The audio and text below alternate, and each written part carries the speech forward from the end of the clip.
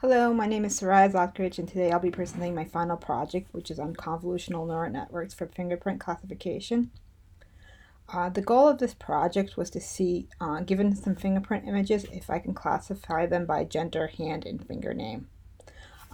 Fingerprints are unique to each individual, so they're important biometric. Even identical twins don't have the same fingerprint, and they don't really change as we age. So pretty much the fingerprints you're born with are the fingerprints that you have for the rest of your life. They're widely used in commercial and forensic science. As part of this project, I decided to fully train the example CNN that's in Chapter 5 of the Deep Learning with Python book, which is a relatively simple network. The data set that I used for my project was the Sokoto Coventry fingerprint dataset, and it's available on Kaggle. It includes 6,000 fingerprint images taken from 600 male and female subjects, although it is many more male subjects than female subjects. And here I have an example of female subject 300, the left and right hand images. Along with the original images, they've also included over 49,000 augmented images. So they took the original images and augmented them by obliteration, central rotation, and Z-cut, and those can be used for as additional augmented images for training. The file names are named in such a way that they identify information about the fingerprint image. And that includes ID, that's a number between 1 and 600, which identifies the subject. Gender will be M or F for male or female. Hand will be left or right.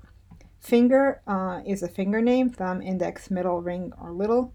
And augmentation is added to all those images that were augmented. For all the work associated with this project, I used my MacBook Pro. I could have probably benefited from using a GPU machine, but unfortunately I did not have one available. Here I have a list of the software and Python packages that I needed in order to complete the project. Homebrew is basically just a package manager for Mac. Obviously we need Python, Python 3. Then TensorFlow, Jupyter Notebook. That's what basically I did all my coding in Jupyter Notebook. Scikit-learn, Matplotlib, NumPy, and OpenCV. Although I didn't end up using OpenCV after all. Here's the network that I used for all the classification. Again, this is an example that was in Chapter 5 of the Deep Learning with Python book. Basically it has 4 convolutional layers, 4 max pooling layers, a flattening layer, a dropout layer that drops out actually about half of the input, and then 2 dense layers. And dense layer 19 is used for classifying gender and hand, and dense layer 21 is used for classifying the finger name. And basically I trained the network for each of these classifications and change the classifier depending on what category I was in. I decided to go ahead and use subjects 1 to 200 for all the testing and validation because that made it easier to segregate the data. And subjects 201 to 600 were used for all the training. In order to binarize the labels, I used a multi-label bionizer from Scikit-learn, which allowed me to transfer the labels from text to binary and back again. And here I have an example of what the finger name label looks like in binary form and in text form. So I have some accuracy plots, but I think before I go into that, I'd like to go ahead and show you my Jupyter Notebook with the code in it. So here is just an introduction. That's basically a lot of the information that's already in my PowerPoint. I then decided to go ahead and have all my imports at the top level so that I can just import everything in one spot. And I set up all the data path directories. So the top one is basically the path to the SoCoFing extracted data.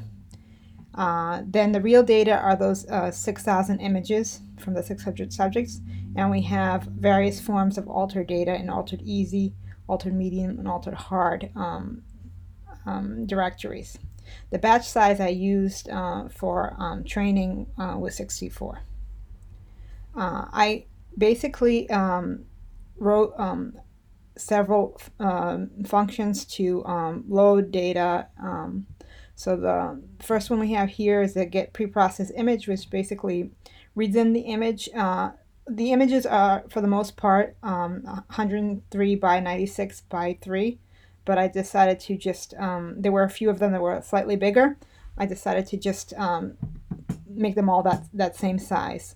I also included, I didn't reduce the channels to 1 because I did some experiments with some pre-trained networks, and they seem to want the 3rd channel in there, so it's just easier to keep it in there, even though I don't necessarily need it for this network.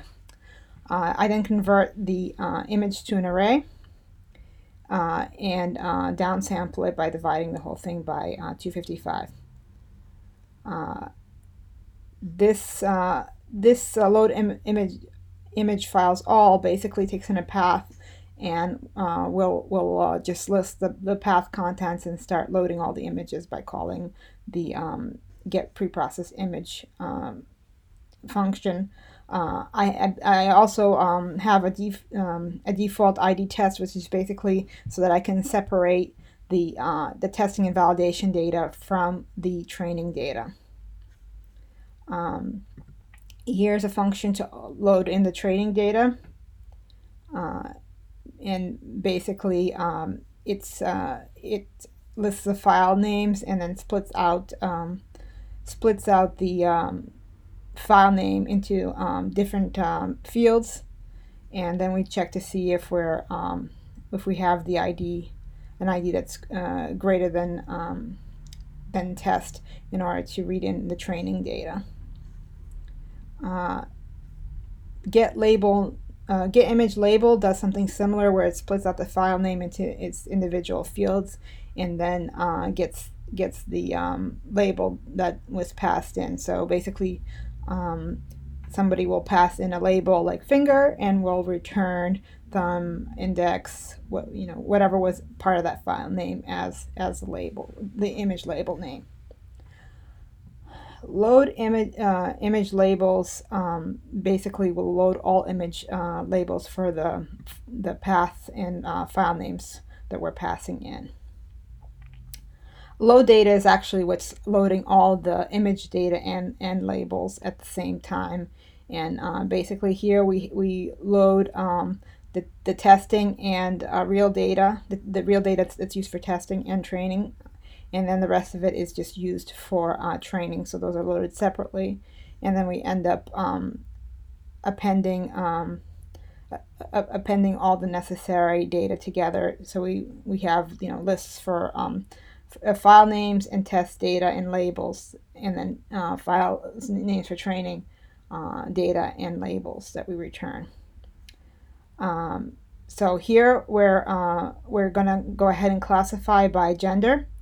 So we want to load the data and give it the gender label type, and here's what it comes back with. As you can see, we have 2,000 test images and close to 37,000 training images and labels. Then we use create MLB which is the multi-label bionizer that turns the text labels into binary labels, and I've also written one that does the inverse, turns them back to text. And here we are going ahead and creating binary labels for gender. So we pass in all the labels that we read, and we get back a binary version of those. And then we do the same thing for the data associated with tests. So we pass in the test labels and we get back binary version of those labels. And here's, I print out a few to see what they look like. So we have M and F for female and male, and a 0, 1 is for male, and unfortunately didn't print out, but 1, 0 would be for female. Then I separate out the data for validation and test. So the first 1,000 go to test, the next 1,000 go to validation, and then the data we read in for training is given all to, the last data is given to the training data. Then we create the model. This is again the model example that's in the Francois Chalot book, and we're using an atom optimizer and category cross entropy for the loss function. Then we go ahead and create a gender model and output the summary, and then we do the we call the model fit function to actually do the training, and it trains across 15 epochs and the batch size of 64, which was defined earlier on. And then later on we go ahead and save that model. So here is basically all the epochs going with training. Then I added a plot history function, and I call that from here after I evaluate, and you'll see we get a 73.8% accuracy on the gender classification. And here is the plots of the output. As you can see, there's some overfitting happening here. I also created this function that will log all the failed predictions, and I actually had some issues here, so later on in this file I have some clearer ones for each of the models. So now I'm doing something very similar to train it for the hand model.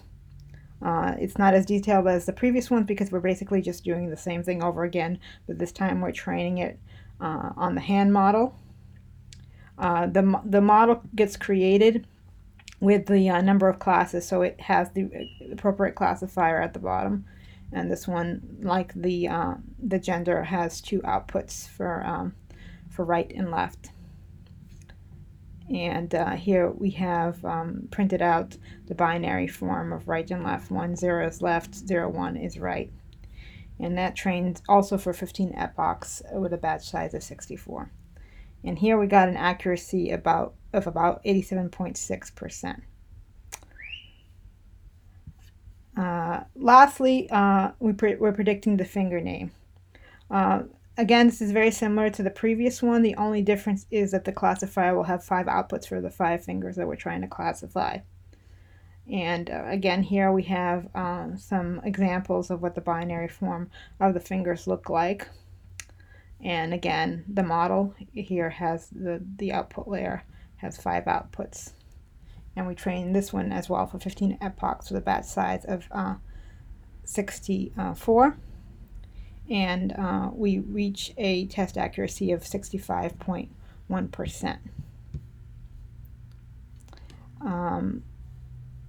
Like I mentioned earlier, here we are logging some of the output failures, and here are some of the gender failures. And I just logged the file names and what the predictions were, and what the actual file was, what gender the file actually was. Again, I do something similar for the hand. And lastly, for the finger prediction.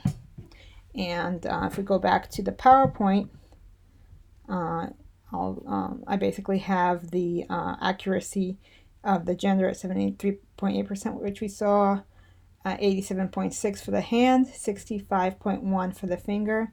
And these are some of those images that we saw at the end there that had prediction failures. And some of them are not the best quality, like this one here. Half the finger is missing from the image, so I can see why the network would have a harder time classifying it. This one here as well. So overall, I do think that the network had a pretty good accuracy. It did have issues with overfitting that can probably be adjusted by adding data augmentation. I do think that maybe even making some additional changes to the model itself could help. And other things to try might be to also have a pre-trained network that we use transfer learning for to try. And that was my project. Thank you very much.